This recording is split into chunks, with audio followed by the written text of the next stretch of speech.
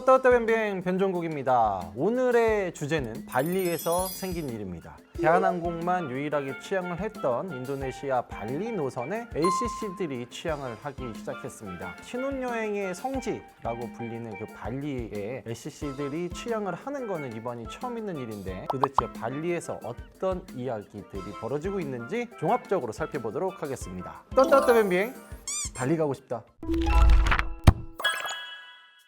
제주항공이랑 에어부산이 처음으로 발리에 노선을 띄웁니다. 제주항공은 10월 27일부터, 에어부산은 10월 30일부터 사실상 동계 시즌이 시작할 때에 맞춰서 발리 노선을 띄우는데, 제주항공은 인천 발리 노선에 주 7회 운항을 하고, 에어부산은 김해 발리 노선에서 주 4회 운항을 하게 됩니다. 에어부산이랑 제주항공이 저희가 촬영하는 이 15일 조금 전에 표를 팔기 시작을 했습니다. 그런데 항공업계를 정말 예리하게 보시는 분들은 이렇게 말하실 수가 있어요. 아니, 취항이 보름 정도밖에 안 남았는데 이제야 표를 판다고요? 이렇게 질문하시는 분은 진짜 찐 전문가입니다. 운수권을 받아서 취항을 할 수 있는 자격을 얻었단 말이에요. 지점을 만든다든지 뭐 인력을 갖춘다든지 하는 걸 해야 되는데 이것도 잘했는데 인도네시아 항공 당국에서 취항 허가를 안 내줬습니다. 어떤 일이 있었냐면, 에어부산이 9월에 사실은 표를 팔았어요. 그런데 정식적인 허가가 떨어지지 않았던 거예요. 에어부산은 인도네시아 항공 당국이랑 허가는 안 받았지만 표를 팔 수 있는 권한은 받은 거예요. 그래서 하고 있었는데 잠깐만, 이것 좀 형평성이 안 맞고 절차적으로 안 맞을 수가 있는 거 아닙니까? 라는 문제가 제기가 되니까 인도네시아에서 그래, 표도 팔지 마, 이래버린 거예요. 그래서 너무 재밌는 게, 에어부산이 취항 보도자료를 내면서 쓴 문구가 있습니다. 뭐라고 그랬냐면, 이달 30일 첫 취항 예정인 BX601 편의 예약률은 이미 100%에 임박하여라는 말을 해요. 표를 판다고 낸 보도자료에 이미 30일 거는 예약이 다 찼는데 이래.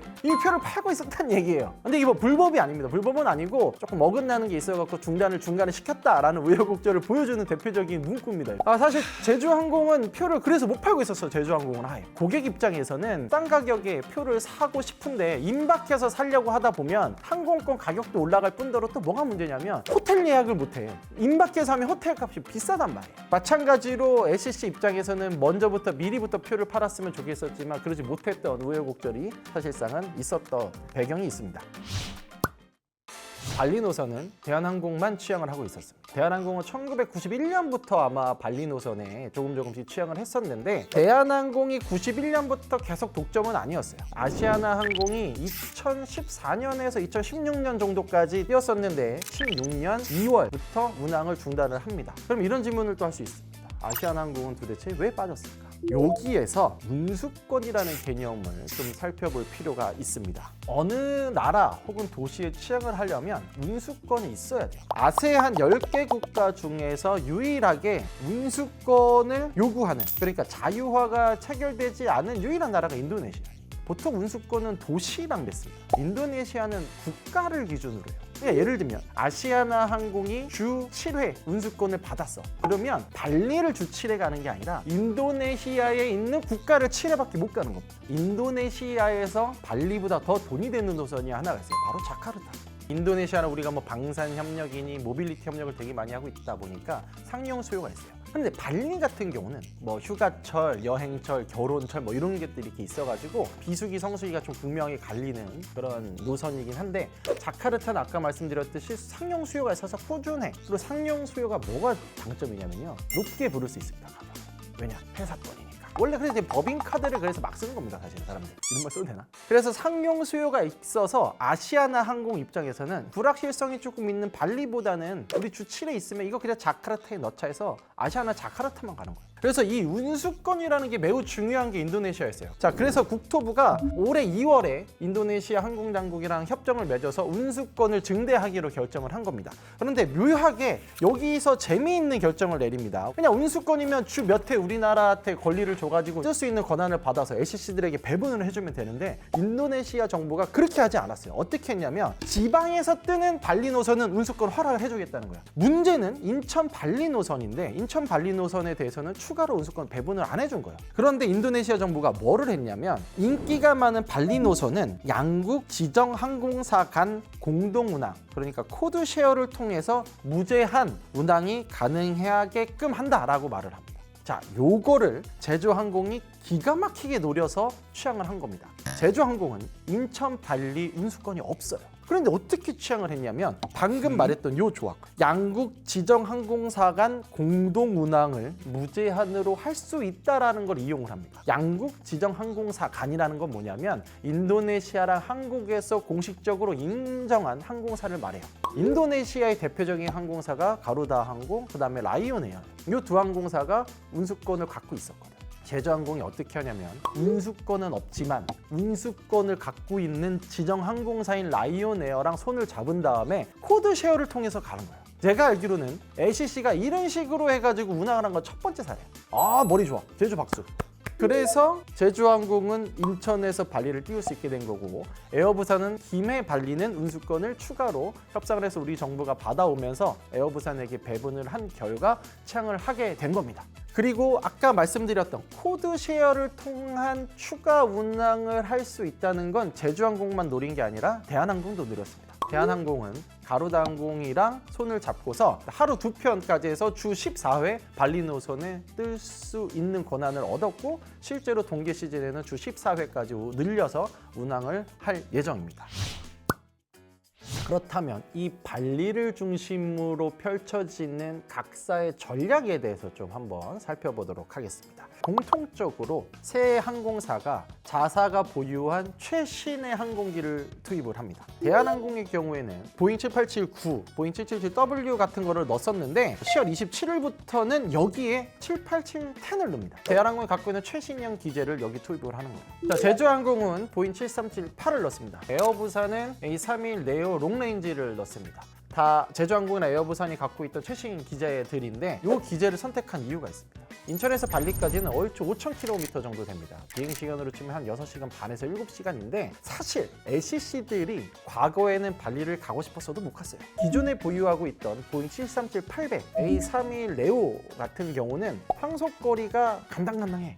발리를 뭐 갈 수는 있겠죠. 꾸역꾸역 갈 수 있겠지만 또 이제 무게 중량 같은 것도 또 잘 생각해 봐야 되는 문제가 있어가지고 기존에 가지고 있던 항공기 가지고는 인도네시아에 들어가기 좀 어려웠었습니다. 시간이 지나면서 더 최신형의 항공기를 도입을 했죠. 737-8의 경우에는 기존의 737-800보다 항속거리가 한 1km 정도 더 가니까 인도네시아까지 충분히 갈 수 있는 거리가 나오고, 기존에 네오가 한 6,100 정도 갔다면 롱레인지는 한 7,400 정도 간다고 나오니까 항속거리가 굉장히 길어졌어요. 321 네오나 321 네오 롱레인지나 길이는 같은데 그 안에 들어가는 좌석수가 차이가 납니다. 321 네오의 경우에는 좌석이 232석이에요. 그런데 롱레인지는 220석이야. 12좌석이 덜 들어간다고. 좌석이 덜 들어가면 좌석 간 거리가 좀 늘어납니다. 이코노미석 기준으로 321 네오보다 321 네오 롱레인지가 1인치 정도가 좀 넓다고 그래. 자, 이거 굉장히 큽니다.